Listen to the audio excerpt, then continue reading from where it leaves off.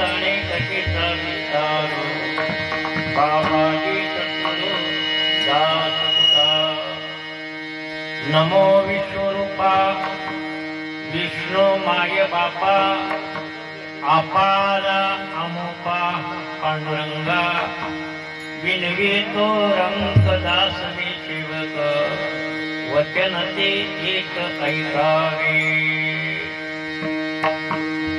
धन्याजी दिन झाले संतांचे दर्शन झाले पापाचा पापते दैन्य गेले उठावते प्राप्त स्थळी प्राप्त वेळी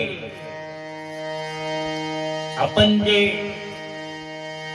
एका पवित्र स्थळावरती स्थानबद्ध आहे त्याच्या पाठीमागची भूमिका आपल्या सर्वांना ज्ञात आहे की संत अनुसया ताई जीवी माता हे ध्यानयोगी भगवंताचं चिंतन करणाऱ्या भक्त होत्या. कारण थोडा त्यांचा इतिहास आपल्याला काय सगळा परिचय आहे असं नाही. या अल्पशे इतिहास त्यांचा माहित आहे की आपण गेलो होतो मगाशी त्यांच्या मूळ स्थानावरती गेलो होतो. या वेळवंडी ना वेळवंडी नदीच्या पात्राच्या पवित्र काठावरती असा रम्य ठिकाणी आपलं चिंतनाचं ध्यानाचं भक्तीचं त्यांनी ठिकाण जेजुरी पासून इथं येऊन शोधून काढलं.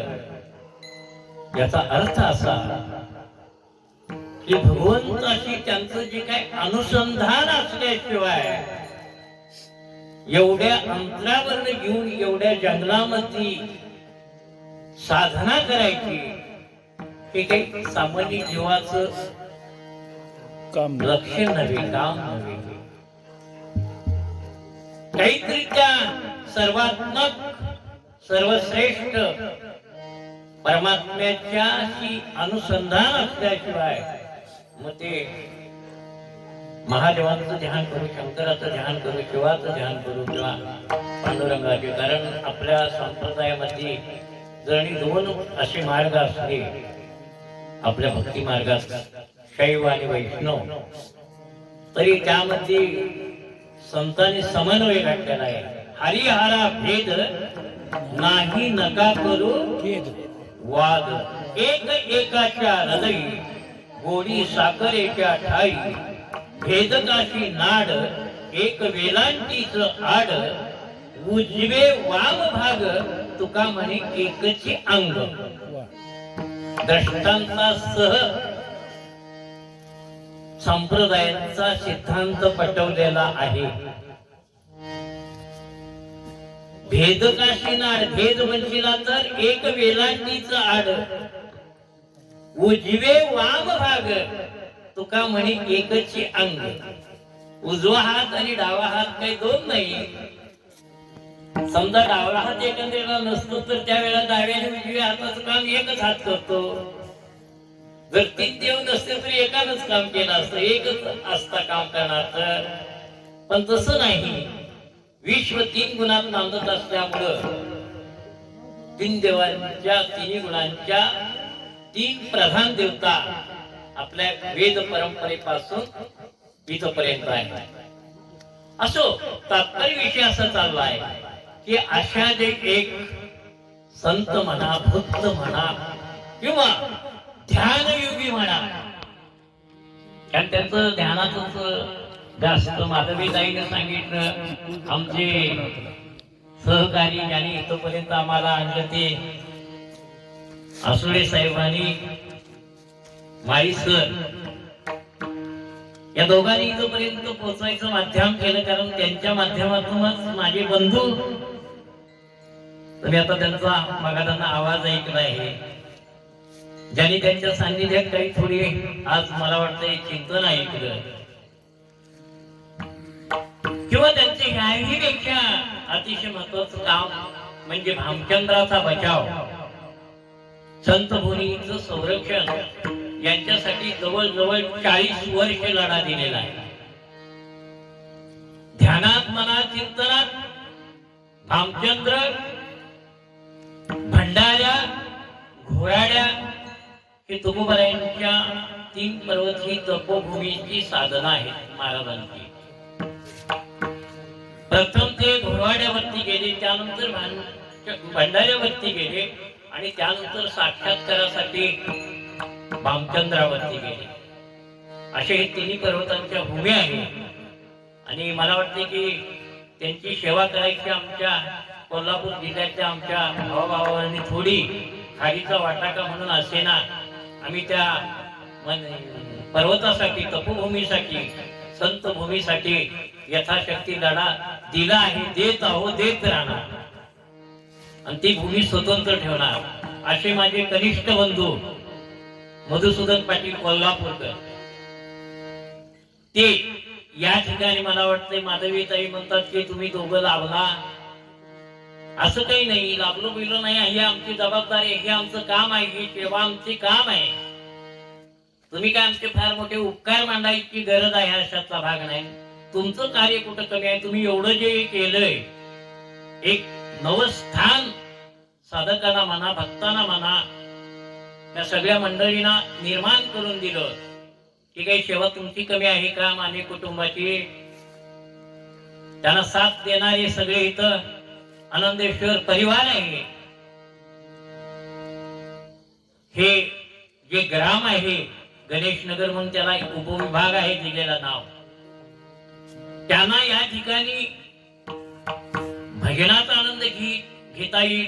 कीर्तन, प्रवचन, जे काही भविष्यामध्ये कार्यक्रम घडतील ना, ते या माध्यमातून घडतील. आणि तो जो काही म्हणजे आपल्या कल्याणाचा मार्ग आहे, तो इतर कुठल्याही मार्गाशी त्याची तुलना करता येणार नाही. एवढा सर्वश्रेष्ठ असा हा मार्ग मला वाटते माधवीताईंनी त्यांच्या परिवारानं अथक सेवा करून या ठिकाणी हे मंदिर उभा केलं. अनुसया ताईंचं, देवींचं, माताईचं इथं मूर्ती प्राण प्रतिष्ठा केलंय. आनंद सोहळा चाललेला आहे. कल्पना आहे, आनंदाच्या सागरामध्ये सगळे डुबून गेले. आनंदाचे डोई, आनंद तरंग, आनंदाचे अंग, आनंदाचे तुका म्हणे खातो आनंदाचे लाडू, नका चरपडो ह्या रे कोणी. या न्यायानं या परिसराला येणाऱ्या भाविकांना, श्रोत्यांना, दानशूरांना, सगळ्यांना समाधानाचा आणि पुण्याईचा मार्ग मला वाटतंय की दाखवून दिला आहे. हो, कोणतरी मार्ग दावून गेले आधी, कोणी का असताना मार्ग दाखवावा लागतो. हे काय आपोआप घडत नाही. घेणारे श्रेय घेत नाहीत. अध्यात्मातले काही श्रेष्ठ माणसं आहेत ते नको म्हणतात. माधवीताई मागाशी मला म्हणजे आमचं नाव सुद्धा घेऊ नका. असं कसं होईल? ज्याने काही केलंय ना, फाजील स्तुती राहू दे, पण वास्तवाला धरून तरी बोलायला पाहिजे. सहकार्य करणारे बिचारे आहेत भाविक सगळे, हे जर्नी गृहीत धरलं, वास्तव धरलं, तरी सुद्धा त्यांचं काही श्रेय याच्यात नाहीच असं आहे काय? असं कसं होईल? त्यांनी सांगितलं आमचं नाव घेऊ नका. नाही असं होणार की तुमची काहीतरी पुण्य असेल म्हणून एवढं कार्य घडलं. या ठिकाणी तुम्ही हे एक क्षेत्र निर्माण केलं आणि या गंगेच्या माध्यमातून तीर्थही आहे. सुंदर असा परिसर आहे. आता इथं घेणारे घ्यायचं आहे. यारे यारे लहान थोर याती भरती नारी नर, करावा विचार नलगे चिंता कोणाची, झाडू संतांचे मार्ग. या न्यायानं आपण इथनं आजपासून सुरुवात आहे. आता का नुसतं मूर्तीची प्राणप्रतिष्ठा केली म्हणजे कार्य संपलं नाही. तुम्हाला मूर्तीच्या प्राणप्रतिष्ठेचा तो एक दिवस का असेना किंवा अन्य काही 2 दिवस 3 दिवस 5 दिवस 7 दिवस आपल्याकडे प्रथा 7 दिवसाची आहे. सप्ताह करावा लागेल. आपल्याला नाही जमलं तरी भाविकांना याच्यात सहभागी घेऊन करावं लागेल. मार्गदर्शन केल्यानंतर अपेक्षा केल्यानंतर आपल्या माध्यमातून त्यानेच करून घेतात. तर हे कार्य अतिशय दिव्य भव्य उद्धार अतिशय कल्याणकारी असं त्या मानिक परिवारानं केलेलं आहे.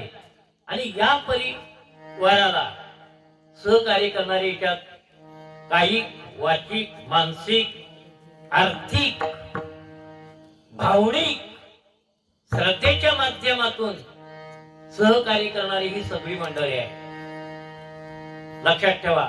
उगीच आपण पाहतो पकवाज वाजवणारे सुंदर आहेत, गाणारे सुंदर आहेत, टाळकरी सुंदर आहेत. विशेष करून ज्यांना व्यवहारात समान कायद्याचे समान हक्क पाहिजे आहेत अशी युवा युवती सुद्धा इथं आपल्या सेवेसाठी तत्पर आहेत. लक्षात ठेवा. हे काही सामान्य आदर्श नाही.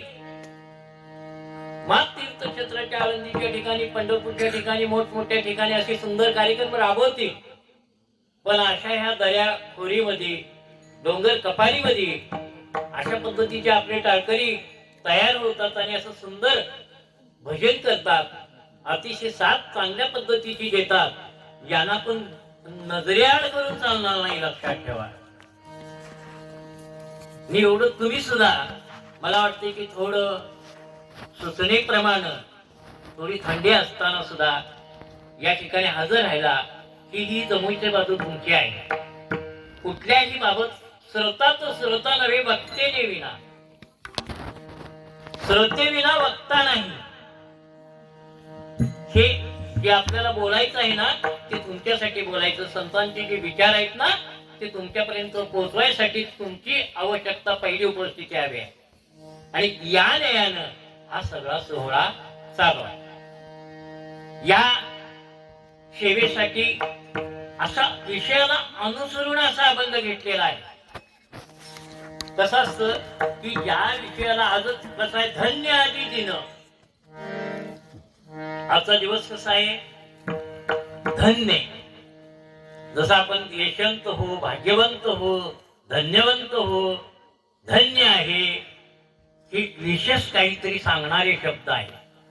विशेष प्रकारचे उच्च अर्थ घेऊन येणारे शब्द आहे. तेव्हा आजचा दिवस धन्य आजी. आजी हा शब्द भूतकाळ याला वर्तमान काळाला धरून आहे. कालवाचक आहे. उद्या कल आज. धन्य आजी मागचे दिवस नाही पुढचे काय असतील तो भाग्य वेगळा आहे. पण तुकाराम महाराज म्हणतात इथं धन्य आजी दिन झाले संतांचे आगमन. दिवस धन्य काय आहे अनुसंतांचं तिथं मूळ समाधी स्थान आहे. मगाशी आपण दर्शन घेऊन आलो पण त्यांचं इथं पण आगमन झालं ना तुमच्यासाठी आमच्यासाठी. हे काही कमी आहे. त्या आलेल्या माध्यमातून तुमचं भजन घडेल पूजन घडेल श्रवण घडेल चिंतन घडेल कानावरती विचार चांगले पडतील. अशा पद्धतीनं हा दिवस धन्य आहे. व्यवहारातले जे काही दिवस असतात त्यांना धन्य म्हणता येईल. ठीक आहे व्यवहारात समृद्धी प्राप्त होईल प्राप्त व्हावी करावी हरकत नाही. पण धन्य म्हणता येत नाही.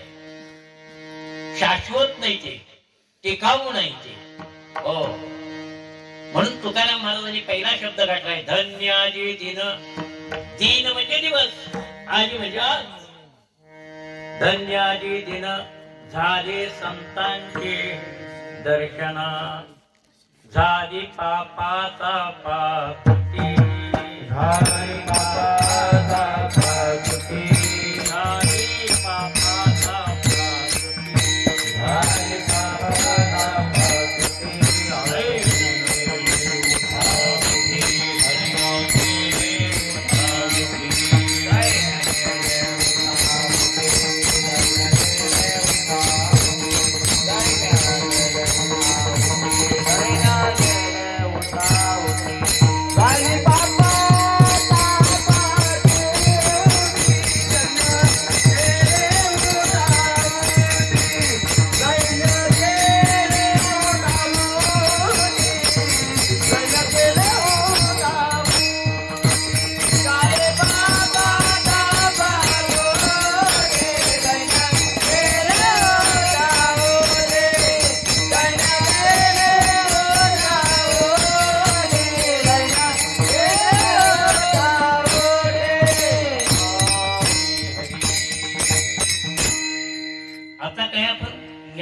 माध्यमात सुद्धा नवे उपक्रम स्वीकारले पाहिजेत, निर्माण केले पाहिजे.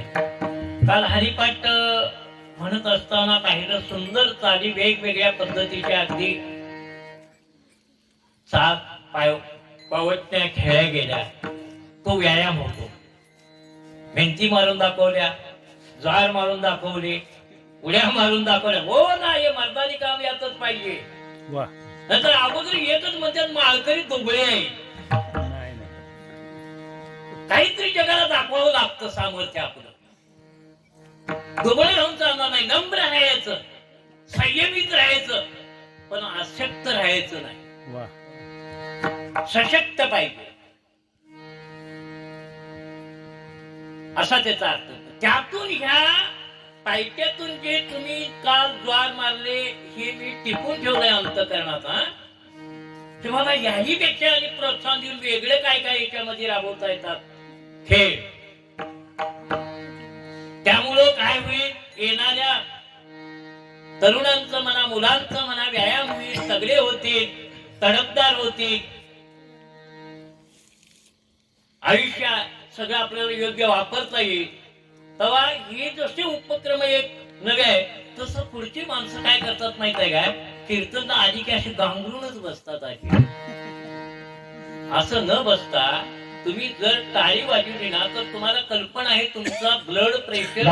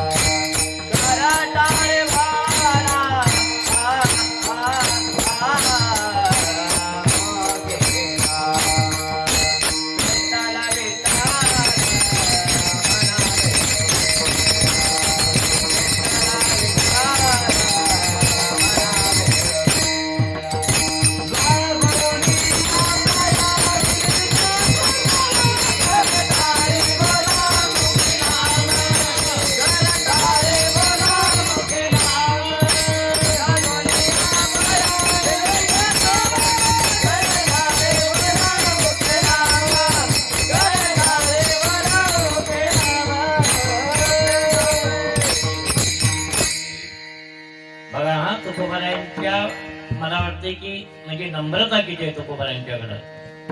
लागून या पाया विनवितो तुम्हाला.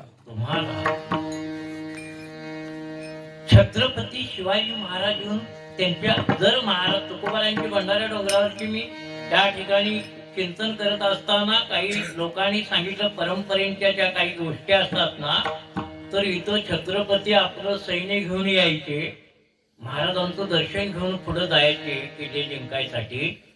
जर महाराज तुकोबाराय तिथं जर नसले ना तर छत्रपती त्यांनी बसलेल्या जाग्याची माती लावून पुढे जायचे. बापरे. म्हणजे ज्यांच्या पायाच्या रजकणाच्या संत चरण रज लागता सहज वासनेचे बीज जळून जाई एवढी त्यांच्यात पावर आहे. तिथं बसलेल्या जाग्याची माती लावायचं सैन्य शिवाजी महाराजांचं जायचं ते तुकोबर आहे म्हणतात. तुमच्या पाया पडतो मी. जरासं समजावून घ्या. 360 किल्ले ज्याच्याकडे होते, 3-4 आदिलशाही, कुतुबशाही, निजामशाही, मोंगल, डच, इंग्रज, पोर्तुगीज हे ज्यांच्या पुढे झोकत होते ते छत्रपती तुकोबरायांच्या पुढे जाऊन झोकत होते. बघा त्यांचा राजसोहळा बघा. इंग्रज टोपी काढून सलाम करतो. जगावर राज्य करणारा इंग्रजांचा प्रतिनिधी ज्या छत्रपतींना सलाम करतो ते तुकोबरायाच्या पायाची माती लावत होते. आणि ते तुकोबराया म्हणतात काय माहित आहे काय? तुमच्या पाया पडतो.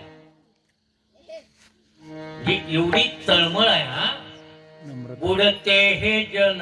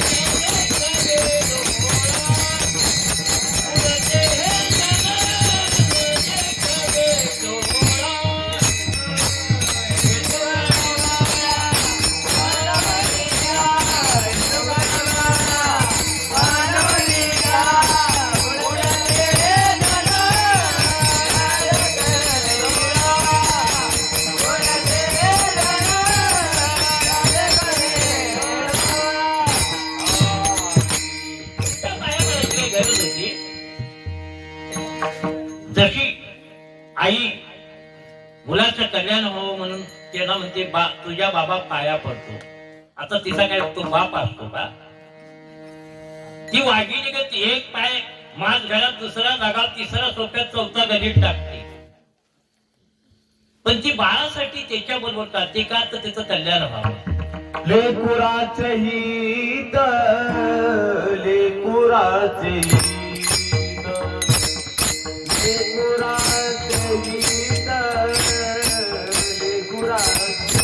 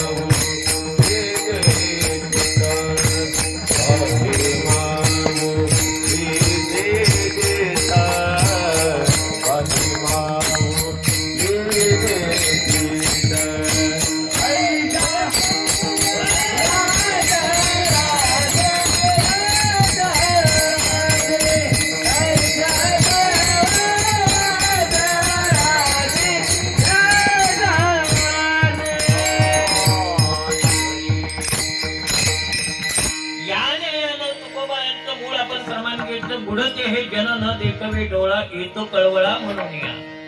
लेकुराचे हित वाहे माऊलीचे चित्त चित्त. म्हणजे आई जेवढं प्रेम करते ना, मला वाटतं आई फक्त स्वतःच्या पोरावरती प्रेम करते.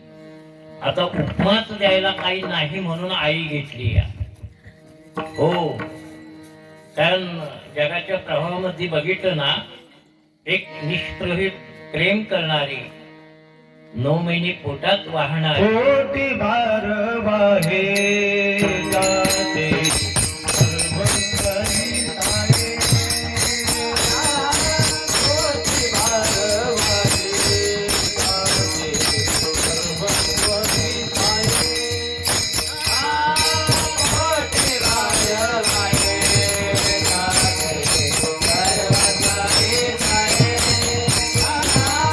कोटी भार वाहे जाते सर्वंतरी साये.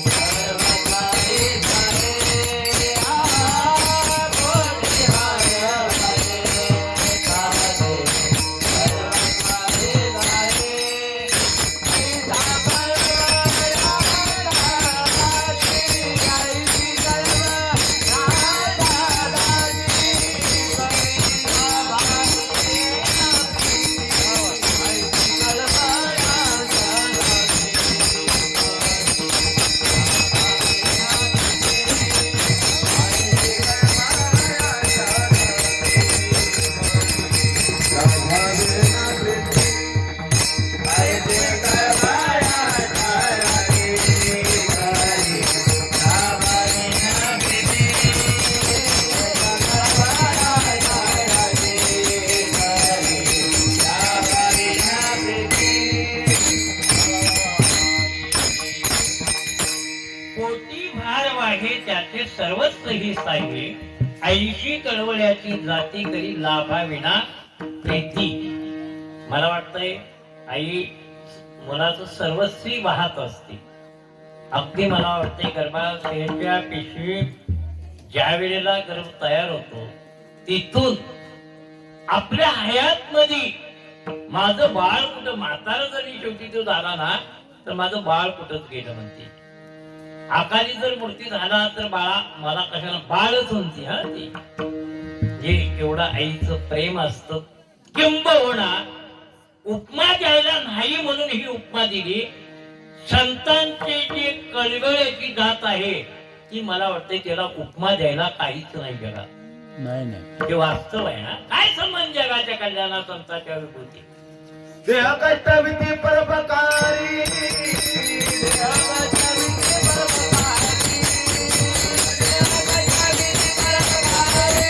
देह कष्टविधी परोपकारी. आज जगताची आना संतांचे विभूती. जगताची आना संतांचे विभूती. देह कष्टविधी परोपकारी. देह कष्टविधी परोपकारी.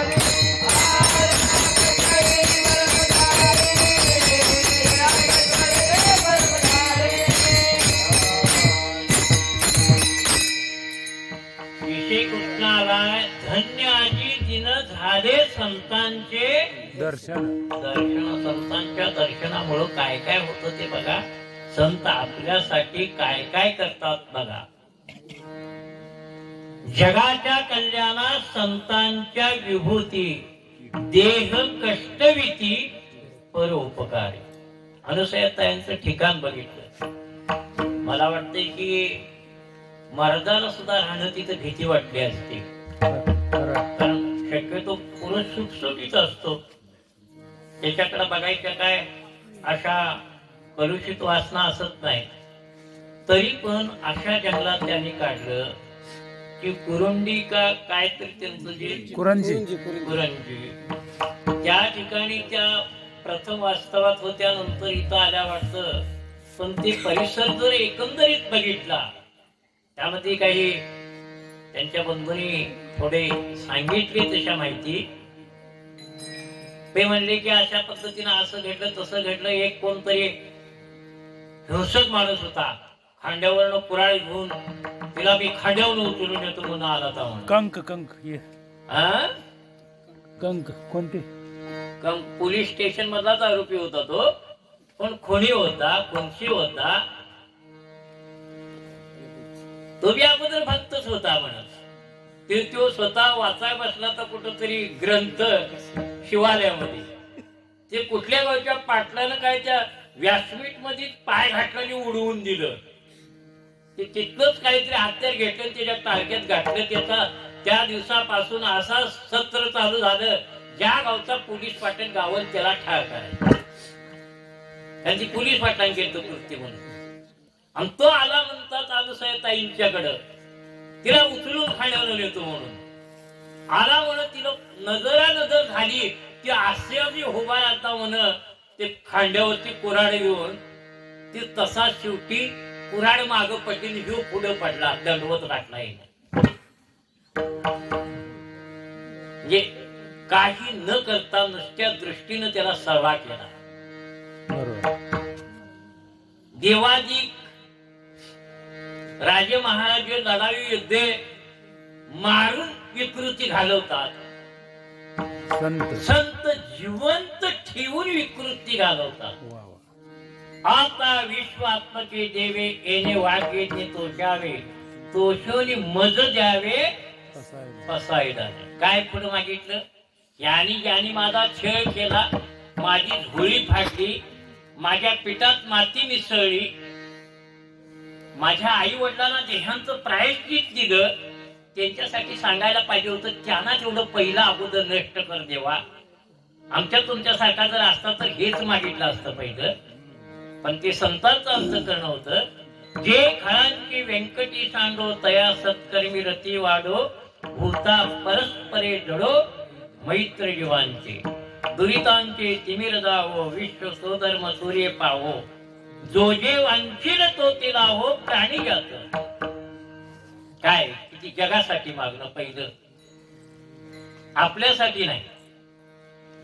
गुरुना म्हणाले, म्हणा वाघ यज्ञावर तुम्ही संतोष होऊन काहीतरी मला प्रसाद द्या. प्रसाद म्हणजे प्रसाद, शिवप्रसाद द्या की जग सुंदर चालावं, मैत्री परस्परांची पडावी, इहलोकी परलोकी सुखी व्हावेत सर्व जीव सृष्टी, भूता यश्चावत प्राणी मात्र सुखी व्हावे. ही संतांची कळवळ्याची जाती आहे, लक्षात ठेवा. आणि म्हणून तुकोबाराय म्हणतात, धन्य आजी दिन. ते काय उगच म्हणत नाही, तर काय काव्य करायचं होतं, न ला न टला ट जोडायचं होतं म्हणून नाही. त्यात विश्वाच्या कल्याणाचा अर्थ भरलेला आहे. म्हणून धन्यादी दिन झाले संतांचे दर्शन, धन्यादी दिन, धन्यादी दिन, धन्यादी दिन, धन्यादी दिन, धन्यादी दिन, धन्यादी दिन.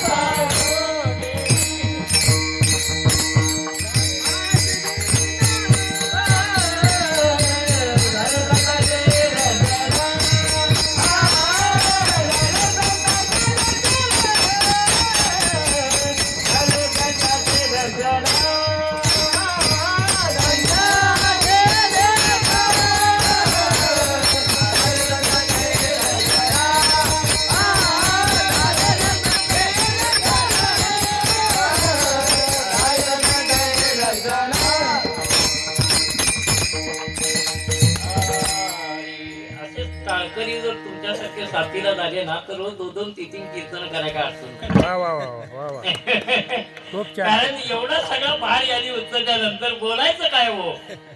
आता बोलायला तुम्हाला वेळ कमी पडायला लागलाय. प्रमाण तरी पुष्कळ आहे. धन्य ह्याच्यावरती अनेक प्रमाण येऊ शकतात. संतावरती हजारो प्रमाण येऊ शकतात. हो, धन्य उगीच म्हणाली नाही. आलिंगन संतांची या, आलिंगन संतांची या, आलिंगन संतांची या, आलिंगन संतांची या. माझी काया दिव्य माझी काया, दिव्य माझी झाली काया, दिव्य झाली माझी काया. मस्तक हे काया, मस्तक हे काया, मस्तक हे काया.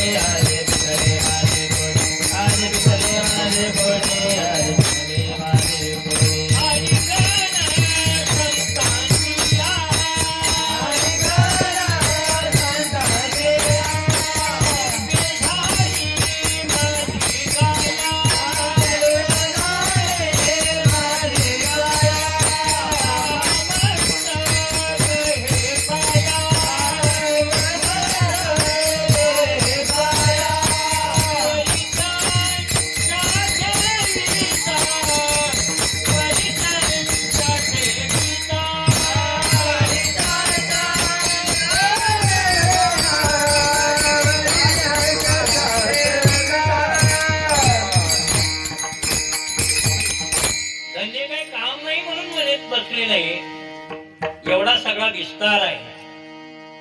जगाचं कल्याण करणारे कोण आहेत? संत आहे. देव तुम्हाला मायापाशेत अडकतो. आपलं स्वरूप कधी आनंद देत नाही. तुम्हाला धन देईल, संपदा देईल, संतती देईल, गाडी बंगला माडी सगळं काही देईल, पण तो आपलं स्वरूप द्यायला तयार नसतो. मायापाशात अधिक तुम्हाला अडकून टाकतो. सारखं दुःखाच्या पाशात अडकून तो म्हणतो माझं भजन करत बसा. तुकोबाराय म्हणतात संत काय काय देतात. आलिंगन संतांची या, दिव्य झाली माझी काया. मज वाटे त्याशी आलिंगन द्यावे, मज वाटे त्याशी आलिंगन द्यावे, मज वाटे त्याशी आलिंगन द्यावे, मज वाटे त्याशी आलिंगन द्यावे. प्रदान सोडावे चरण ध्यान, प्रदान सोडावे चरण ध्यान, प्रदान सोडावे चरण ध्यान. मज वाटे त्याशी आलिंगन द्यावे,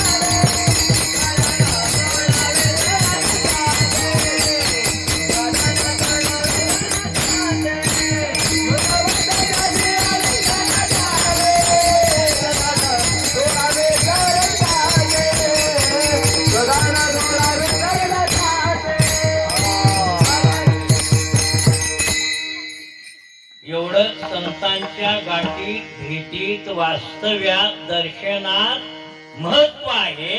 आणि म्हणून पहिला शब्द घातलाय धन्य आजीजीने. निरर्थक नाही. अर्थ इतके घेऊन येतो तो. संत भेटल्यानंतर अहम कळतो, ब्रह्म कळतं, विश्व कळतं. लक्षात ठेवा. आता काय आपण मला वाटतं संसाराच्या डबक्यामध्ये आपण बुडालेलो आहे. गाड्या असतील, माड्या असतील, आणि काय असेल, पण असं आपण काही म्हणू शकत नाही अनुरुणय थोकडा थोका आकाशा एवढा आपण म्हणू शकत नाही. पण वास्तव आहे हे काय नुसतं बंद नाही. जर फुग्यातली हवा जर फुगा फुटला ना तर हवा केवढी, जेवढी हवेची व्याप्ती आहे तेवढी. समुद्रात तुम्ही जर करता घट बुडवला, नाहीतर आता सध्या बाटली आहे, ती बाटली जर पाणी भरलं, बुच घातलं आणि समुद्रात टाकलं आत्ता बाटलीतलं पाणी केवढं?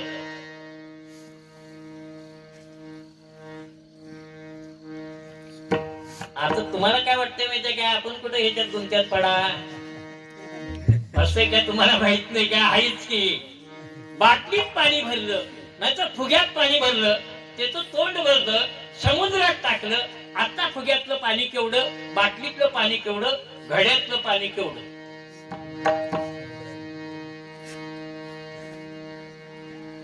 बघा, फुग्यात पाणी भरलं, त्याच्या आवरण चढवलं, फुग्याचं तोंड बंद केलं, समुद्रात फुगा टाकला.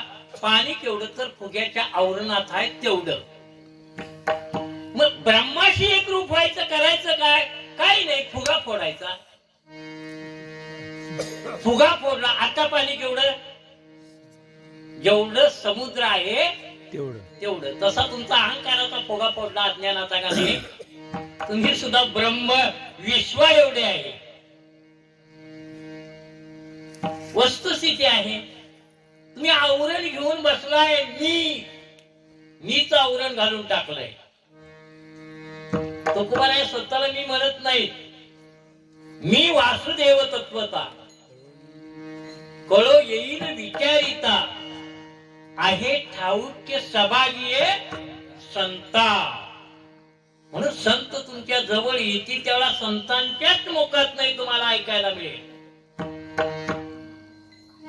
संतच तुमच्यापर्यंत पोचतील. देव आहे तो आहे, पण कळू कुठे देतोय? त्यानं माया असलं तुमच्यावर टाकलंय आणि तुम्हाला माया पाशात अडकून टाकलंय. मी म्हणायला लावलंय. आणि तो पाश काढायचा असेल तर संत भेटावं लागतात. म्हणून आणि एका ठिकाणी तुकोबारायांनी म्हटलेलं आहे, नाथ महाराजांचा अभंग ऐकलं, तुकोबारायांचा आहे.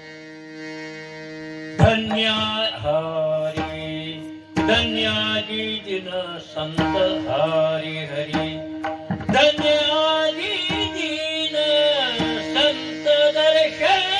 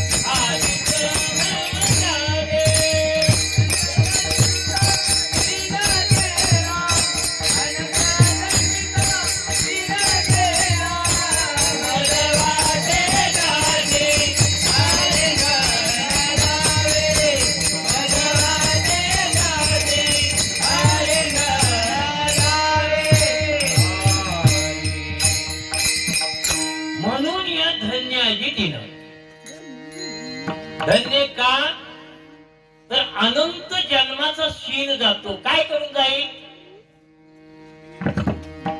पैसा मिळून जाईल, शीन वाढल, पैसा भरपूर मिळवा. पुरुष असेल तर एक 5 तोळ्याची चीन गळ्यात घालायची, माऊली असेल तर 5 तोळ्याचं चिताक. ते आमच्याकडे कोल्हापूरला जास्त प्रथा आहे. 5 तोळ्याचं चिताक घालायचं. मे महिन्याच्या उष्म घातामध्ये, उष्म कालामध्ये माणसाला घरात उकडतंय, गदमतय, झोप लागत नाही. त्यावेळेला एका व्यक्तीनं चीन घालायची 5 तोळ्याची, एका व्यक्तीनं चिताक घालायचं आणि एका व्यक्तीनं 4 माळा गळ्यात घालायच्या तुळशीच्या.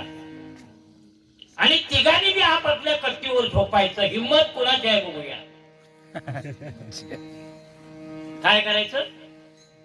5 तोळ्याचं चिता घालायचं आणि म्हातारीनं कट्टी बाहेर, घरात झोप पडत नाही म्हणून झोपायचं. लागत झोप का उडल? आणि लागलीच तर म्हातारी सकाळी घरात जाईल काय? तिकडे वैकुंठ भूमीकडे जाईल. कारण जर माळकरी झाला ना तर चोर आले तर माळ बघतील, पाया पडतील आणि पुढे जातील. आणि चिताक नाही तर चीन जर बघितली ना तर नरड जातील आणि काढून होऊन पुढे जातील, एवढा फरक आहे. तुम्हाला काय वाटतंय, हे मिळवलं की आम्ही सुखी होऊ, ठीक आहे, मिळवा, काय मिळवायचं ते मिळवा, पण हे मिळवल्यानंतर मी सुखी होणार नाही, हे ही डायरी पहिल्या ओळीत देऊन ठेवा. मिळवा पाहिजे, गरज आहे, व्यवहार चालवायचा आहे, लक्षात ठेवा. व्यवहार का पैशाशिवाय संपत्तीशिवाय चालत नाही, पण हे मिळवलं असताना, मिळवत असताना लक्षात ठेवायचं, पैसा मिळवून मी सुखी होऊ शकत नाही. संत संगतीचे काय सांगू सुख. सुख. नामदेव महाराजांच्या अभंगाचं माधवीताईने एक सूत्र मला सुचवलं होतं की संत संगतीचे काय सांगू सुख. हो, आपण पारिखे नाही तेथे, साधू थोर जाना, साधू थोर जाना, साधू थोर जाना कलियुगी. त्रिवार सांगितलं. साधू म्हणजे सज्जन, साधू म्हणजे मंजूला दाढी बिडी राखली असं काहीतरी नाटक केलं असेल बिचारा. हो, बाह्य लक्षण आहेत ती, आवश्यक आहे श्रमाला. कारण मी शाळा शिकलेला नाही, माझे बंधू ही शाळा शिकलेले आहेत, बरेच एक वर्ष केले आणि निघून आले घरात. पण मी काय नाही, जे मला शाळेत गेलो तो एका दिवशी पेन्शिली गेला म्हणून धावतो सांगतो, आईनं काठी घेऊन जे शेताकडे ताणून दिला, तो गावाकडे आलोच नाही का, 18व्या वर्षी आलो. गावात आलं म्हणजे पोरग कुठल्या गावचं, पण तिथपर्यंत बराचसा अभ्यास झाला होता. साधू म्हणजे बांधग्याला आमच्या गावाजवळ गोसावी राहत होते, माझ्या बरोबर आलेली माणसं त्यांच्या लक्षात दगड येते. त्या बांधग्याला गोसाव्यांची वस्ती आहे. मग ते काय करायचे, गुरुवारी दत्ताच्या वारी दिवशी काय करायचे माहित आहे काय, की दाढ्या बिड्या केस असायची, केस मागं टाकायची, दाढी पुढं, सगळे पट्टे वडायचे, रुद्राक्षाच्या माळा घालायच्या, चिमटा घ्यायचा, दत्ताचा कडाव चढाव काय असं ते घालायचं, झोळ्या घ्यायचे आणि मागा यायचे. आणि तुम्हाला सांगतो, माणसं मी उमऱ्यावर बघून बसायचा ना, बसून बघायचं हे सगळं. आमची आई जायची, धुळी त्यांच्या वाढायची आणि ती भस्म लावायची, त्यांच्या पाया पडायची, आज यायची. मला वाटत ही दाढीवालीची आई का पाया पडत असत. मग नंतर समजलं की ही लोक अशा लक्षणात हे साधू असतात, नाथपंथी असतात वगैरे वगैरे. पण झाले मी जरा मोठा झालो 5-6 वर्षाचा, आणि वडील मला कोलत्याला घेऊन निघाले. ते रस्ता एक नवाच होता, नव्या रस्त्याला दोन्ही खंदक असे तारी खोदलेल्या होत्या, आणि हे बांधक्यासनं इतर वेळी यांच्याकडे 10-20 कुत्री आणि सगळे कोलं माऱ्याचा धंदा. आणि त्या वारी तिथं ते गावाकडे यायला ते भिक्षा मागायला, आणि एक असं सकाळचं इकडं ऊन पडलं तर मिरगाच्या आच्छादनामध्ये इकडं पडलं तर ऊन, आणि ते एका खोदलेल्या तारीला बसलं तर कोलं. आणि हे यानंतर भिक्षा मागायला गावाकडं. जे कोलं बघितलं हिने किरणात का नाही, 100 फुटावरती ते सगळेच आडवे पडले रस्त्याच्या चारी. मी म्हटलं साधू आडवी का पडली चारी? बघा, मी उमऱ्या बसून ज्ञान शिकलो, शाळेत नाही. इंदुरीच्या दाभाड्यांच्या ह्याच्या केल्यांच्या दारात जगन्नाड्यांच्या उभा राहून हिची दाभाड्यांच्या किल्ल्याची भीत फुटलेली बघितली. आणि नंतर माझ्या वाचनात आले, ओले मुळ भेदी खडकाचे अंग, अभ्यासाची सांग कार्य शिकती. अगोदर अर्थ मला देवाला शिकवला आणि मग प्रमाण.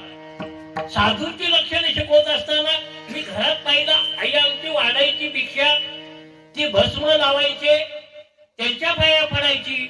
आणि मी शेताकडे काम करायला जात असताना बघितलं तर सगळं साधू प्रत्येक गलीनं वेगळे फिरत्याने, सगळे 5-6 साधू दगड जाऊन कोलं बघितल्याने गटारात आडवे पडले.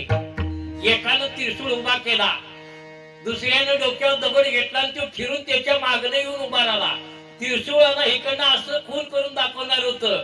तो बघत होता कुठसा आहे. ती बंदुकीच्या गोळीला जसं हे लागताना मातीची खून, तशी ते त्रिशूळची खून केलं. ते सांगायला होता इकडं इकडं इकडं.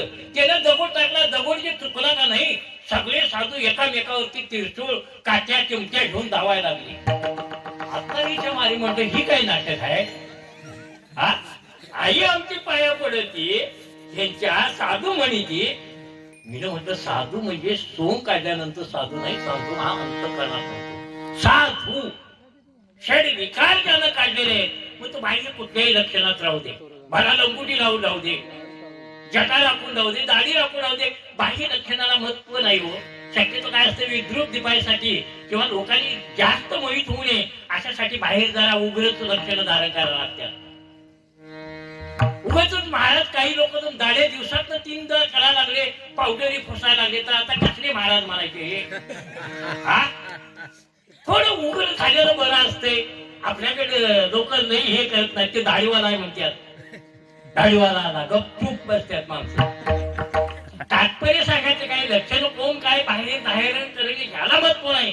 महत्व आहे अंतःकरणाला, विचाराला महत्व आहे, अनुभवाला महत्व आहे, अभ्यासाला महत्व आहे, गुणाला महत्व आहे. असो, तात्पर्य विषयातला काय चाललेला आहे, तुकोबरायचे म्हणतात, धन्य आजी दिनची उगीच नाही. संतांनी जगाच्या कल्याणाचा विचार ठेवून इथं आले. आम्ही वैकुंठवासी जगाच्या कल्याणा संतांची विभूती आ आ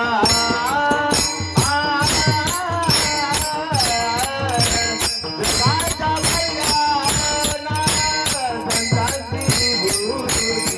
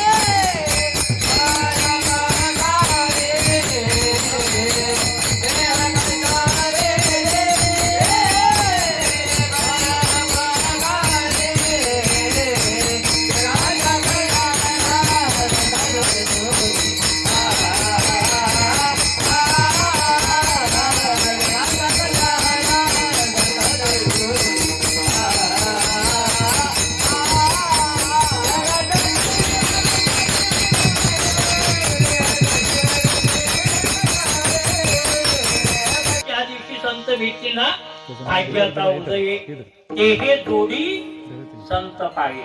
सामान्य गोष्ट नाही हा. संत ओळखायचा अवघड आहे, भेटायचा अवघड आहे, कळायचं अवघड आहे.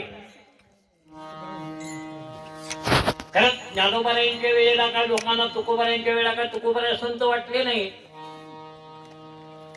आज मला वाटतंय की हजारो लाखो समाज आज त्यांच्या शब्दावरती 10 लाख लोक पंढरपूरला चालतात. कोटी लोक वर्षाला येऊन जातात पंढरपूरला. त्यांच्या विचारावर चालतं सगळं. हा, लक्षात ठेवा. तात्पर्य इथं एवढं आपल्याला सांगायचं. म्हणून तुकोबारा संतांच्या कार्याला अनुरूप अनुसरण धन्याजी दिन म्हणतात. संत तुम्हाला सगळं उलगडून धावतात. या उपाधी माझी गुप्त चैतन्याशी सर्वगत हे तत्वज्ञ संत स्वीकारती. त्या 15व्या अध्यायाच्या 15व्या श्लोकाच्या पहिल्या सूत्रावरती दुसरी ओवी आहे. संता सवे वसता योग ज्ञानी पैसता गुरुचरण उपासिता वैराग्याची. तिथं श्लोकात काय सांगितलं भगवंतानी? सर्वस्यच्या हृदय सन्निविष्टो, मी सर्वांच्या हृदयात आहे. मग आम्हाला का कळत नाही? 90व्या अध्यायाच्या 3ऱ्या श्लोकावरती 4थी ओवी आहे. पैसा हृदयामध्ये मी राम असता सर्व सुखाचा आराम की भ्रांतासी काम विषयावरे. स्वतः भगवान सांगतात याही श्लोकामध्ये. इथं दृष्टांत आहेत माग, त्याच्या पुढे हा सिद्धांत आहे. जसे ह्या 3 वस्तू जवळच आहेत पण त्याचा आत्मानंद नाही कुणाला भेटला. तसा हृदयामध्येच मी राम आहे.